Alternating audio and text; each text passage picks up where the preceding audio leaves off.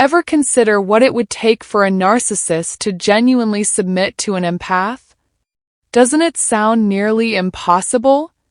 Arrogance, constant manipulation, and a total reluctance to acknowledge their mistakes are characteristics of narcissists. They continually pull ropes to maintain control over others because they thrive on it. And it turns into a power struggle when they run into an empath, someone who can see right through their lies and won't feed their ego. Narcissists are not easily intimidated. To keep the upper hand, they will quarrel, lie, and distort reality itself. To keep others in line, they employ their standard strategies, which include playing the victim, gaslighting, guilt-tripping, and utilizing intimidation and rage. What occurs, then, if none of these strategies are successful? What occurs if an empath refuses to react, to be controlled, or to fall into their trap? When a narcissist suddenly finds themselves totally helpless, what happens? At this point, something quite startling occurs. A narcissist is compelled to acquiesce in very rare instances. They eventually come to the realization that they are out of weapons, manipulation techniques, and power over the empath. They are confronted with the realization that they are not as strong as they believed, a reality they have evaded throughout their lives. This realization is catastrophic to a narcissist.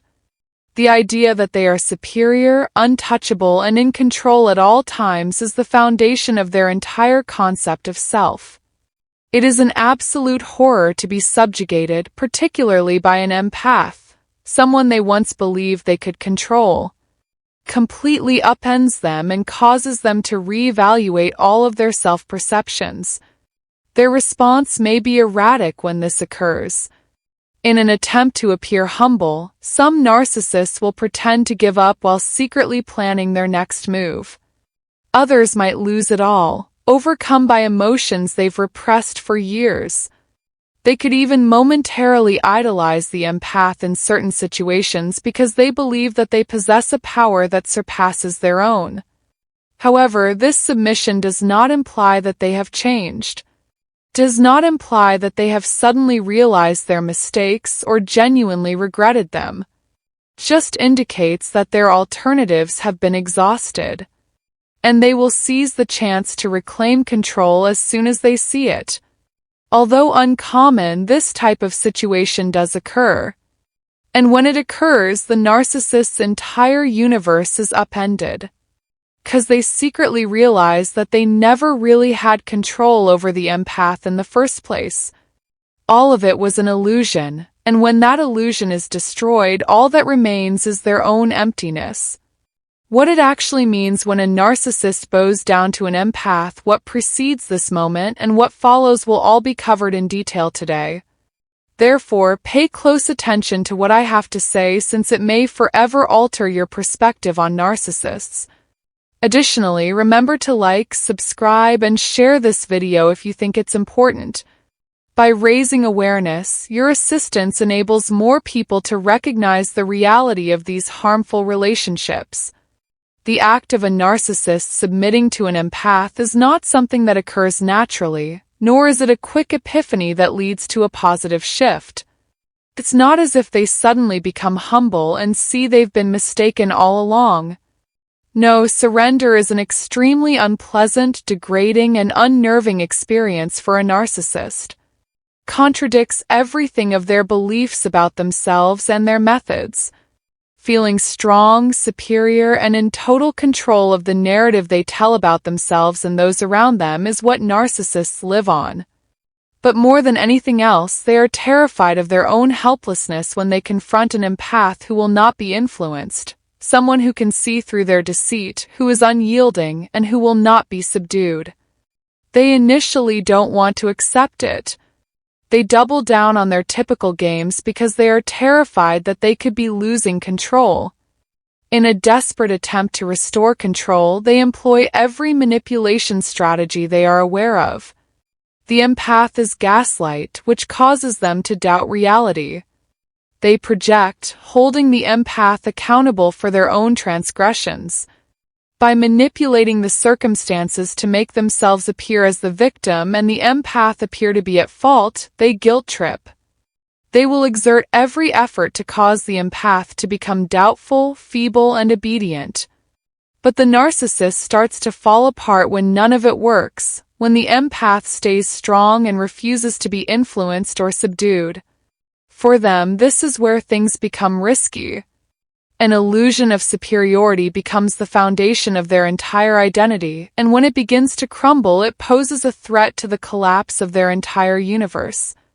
Their meticulously crafted mask, the facade of self-assurance and power they project to the outside world, starts to come off. The true narcissist, the insecure, frail, and severely wounded individual they have spent their entire lives attempting to bury, is revealed beneath. They then have to make the dreadful decision to either yield, something they never imagined they would have to do, or continue fighting and risk total psychological breakdown. However, a healthy person does not exhibit submission the way a narcissist does. When faced with their mistakes, a self-aware and emotionally mature person may stand back, think, and offer a sincere apology. They might regret their actions, grow from the experience, and work to improve. Yet, a narcissist's submission is not motivated by sincere introspection or a renewed sense of morality. They have no other choice than to do it. It is a decision based on survival rather than advancement. It is a tactic, not a genuine surrender, when a narcissist eventually yields to an empath. Their behavior may change abruptly and drastically, frequently in ways that are uncomfortable and out of character. Their abrupt and desperate desire for approval from the same empath they once attempted to manipulate and destroy will be among the first things you notice. The person they denigrated, coerced, and disregarded now becomes the object of their desire for praise. They may become extremely amiable, unduly generous, or even self-sacrificing. They might try to give the impression that they have changed their mind by flattering the empath and acting as though they admire them. However, this is only another tactic to regain power and is not a true shift. Playing the submissive character is merely another way for the narcissist to manipulate others. They choose a different strategy since they are aware that their typical methods of controlling the empath are no longer effective. They attempt to come across as helpless, disoriented, or in need of direction in the hopes that the empath will feel sorry for them. To elicit compassion and weaken the empath's defenses, they may even confess some of their past transgressions, but not out of genuine regret. Finding a means to return to the empath's life and re-establish the dynamic where they are in charge is their aim, not making reparations. The empath may find this stage quite perplexing. Seeing the narcissist suddenly become sensitive, humble, or anxious for their approval after so much abuse can raise questions. The empath could question whether the narcissist has actually changed, whether they have finally come to terms with the hurt they have caused, or whether they are sincerely making an effort to improve. But in reality, submitting is merely another move in a narcissist's never-ending game of control. And they will seize the chance to re-establish their authority as soon as it presents itself. Exaggerated displays of humility are another telltale indicator that a narcissist has been coerced into obedience. Then they start acting very sorry, saying dramatic things like, "I was such a fool," or "I don't deserve your kindness." This may seem like sincere regret to someone who isn't familiar with narcissistic behavior. They may even appear to have had a breakthrough at last, acknowledging the hurt they have caused and wishing to make things right. But prudence is required here. In contrast to empaths, narcissists do not feel guilty. A narcissist utilizes the appearance of guilt as a tool, another deliberate effort to regain control of the situation, whereas an empath experiences guilt as a profound emotional reaction that promotes personal development and genuine accountability. There is no genuine self-reflection or a desire to change behind this inflated humility. Rather, it is a calculated act intended to elicit sympathy from the empath. In order to persuade the empath that they have learnt their lesson, they wish to provide the appearance of metamorphosis. By doing this, they intend to weaken the empath's defenses, increasing the likelihood that they may extend sympathy, forgiveness, or perhaps another opportunity at the relationship. Beneath this facade, however, the narcissist is still trying to regain power and is looking for a fresh method to do it. The narcissist has what can only be called an identity crisis as they battle losing control over the empath. Their entire identity is based on the idea that they are better than everyone else, that they are in charge at all times, and that they control the emotional dynamics of every connection. They have nothing left to cling to when this illusion is broken. For the first time, they have to face a fact they have avoided all their lives. They are not unbeatable. They don't have absolute power. Everything is not under their control. For the narcissist, this realization is not only unsettling but also terrifying. They become so confused by it that they are unable to identify themselves.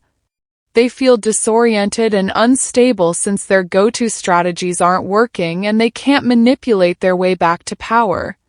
At this point, their actions start to become erratic. In an effort to rebuild their damaged ego, some narcissists respond by withdrawing from everyone and isolating themselves.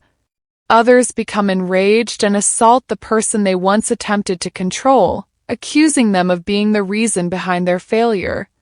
Sometimes a narcissist experiences a depressive episode due to an overwhelming sense of failure that they are unable to cope with. Others develop dangerously compulsive behaviors, determined to do everything it takes to get the empath's attention again. They will stop at nothing to re-establish themselves in the empath's life, whether it's through persistent texts, theatrical gestures, or frantic attempts to evoke past feelings. A narcissist's abrupt and extreme idealization of the empath is one of the most striking behavioral changes that occurs when they bend down. This contrasts with the love-bombing phase, which frequently occurs at the beginning of a relationship and involves bombarding the other person with praise and affection in an attempt to establish attachment. Instead of deliberate manipulation, their respect in this instance stems from a state of shock and dread. They encounter for the first time a force they had never completely comprehended before, the utter fortitude of the empath's fortitude. The narcissist has spent a great deal of time thinking that they are invincible, that their deceptive methods are infallible, and that nobody can see through their meticulously crafted facade. However, that illusion has been destroyed by the empath. As someone who has endured their worst and refused to break, the empath is now viewed by the narcissist as something they cannot control. They are deeply shaken by this realization. Even in this moment of admiration, their astonishment is not based in true respect. They may even openly show their wonder by saying things like, "I never realized how strong you are," or "I don't know how you do it." Stems from insecurity. The narcissist is secretly still trying to figure out how to comprehend and regain the authority they have lost.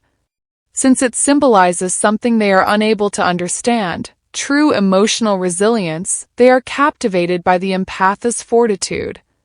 They have lived their entire lives controlling others, evading responsibility and thriving on power, but the empath has shown them something they cannot fathom, someone who succeeds without the need for dominance or manipulation.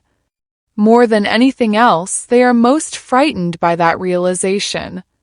A narcissist may use a different strategy, one that comes across as vulnerable and desperate, when they have been totally deconstructed and recognize that they can no longer control or dominate the empath. They cling to the empath, as though they are powerless without it, rather than attempting to subdue it. Because they appeal to the empath's innate compassion and sense of duty, statements like, "You're the only one who truly understands me," or "I don't know what I would do without you," can have a profoundly positive impact. Being wired to support and care for others, the empath may feel compelled to assist the narcissist because they think they can help them achieve genuine change or healing. However, this is the point of risk. When the narcissist seems submissive, they are still trying to find a method to keep control. They put the empath in an emotional trap where they feel compelled to stay and assist them, even at the expense of their own happiness and tranquility, by making them feel in charge of their well-being. This strategy is understated but effective. They use guilt, reliance, and emotional weight to control the empath rather than coercion or deception. The empath can begin to believe that leaving would seriously hurt the narcissist, which is precisely what the narcissist wants. It's important to keep in mind, though, that narcissists rarely, if ever, submit completely. There is always a chance that they will revert to their previous behaviors the moment they feel strong enough to do so, regardless of how shattered they seem, how they seem to confess defeat, or how much they claim they have changed. The actual nature of a narcissist does not just vanish. Control, power, and manipulation are the foundations of their entire life, and they will find a way to retake the upper hand if given the chance. Their display of submission is a transient reaction to a circumstance from which they are unsure of how to escape, not a sign of personal development. For this reason, it is crucial for an empath to maintain their vigilance and not let their guard down. You should not put your trust in a narcissist just because they seem humble. Since desperation makes people unpredictable, their time of acquiescence is also frequently when they are most dangerous. They might take use of this opportunity to watch, study, and devise new strategies for manipulation in the future. They might find themselves re-entering the same cycle of emotional abuse, but with far more profound psychological hooks, if an empath allows them to return too readily. When confronted with a narcissist who seems to have bowed down, what should an empath do? Boundaries, firm, unambiguous, and uncompromising boundaries, are the solution. The empath must fight the urge to allow empathy to triumph over reason if a narcissist gives in. This entails refusing to be influenced by overblown excuses, regardless of how convincing they may seem. It entails acknowledging that the narcissist's problems are not the empath's to bear and declining to accept responsibility for their feelings. Most significantly, it is remaining conscious of any subtle attempts by the narcissist to gradually reclaim control. Trusting their intuition is one of the most crucial things an empath can do in this circumstance. The narcissist is probably using another emotional manipulation technique if something seems strange or if their actions seem excessive, such as being extremely remorseful, unduly apologetic, or unusually reliant. It's critical to recognize these symptoms and maintain a realistic perspective. The empath needs to keep in mind that their own health comes first and that safeguarding their own vitality, tranquility, and happiness is their main duty.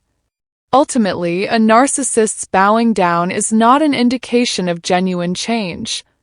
It does not indicate that they have finally realized their mistakes and are prepared to make positive changes.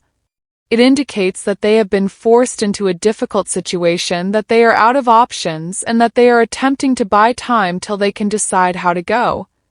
The true success is not seeing the narcissist give in. Rather, it is the empath's capacity to see the manipulation for what it is and have the courage to leave. Breaking out, taking back control of one's own life, and refusing to be dragged back into the narcissist's web are the keys to true power. I'd like to know what you think if this video spoke to you. When a narcissist realized they could no longer control you, have you ever seen them give in? I read all of your experiences, so please share them in the comments. Please remember to like, subscribe, and share this video if you thought this message was strong so that others can see these trends and take precautions. Till the next time, remember that genuine strength is the ability to walk away. Remain strong and vigilant.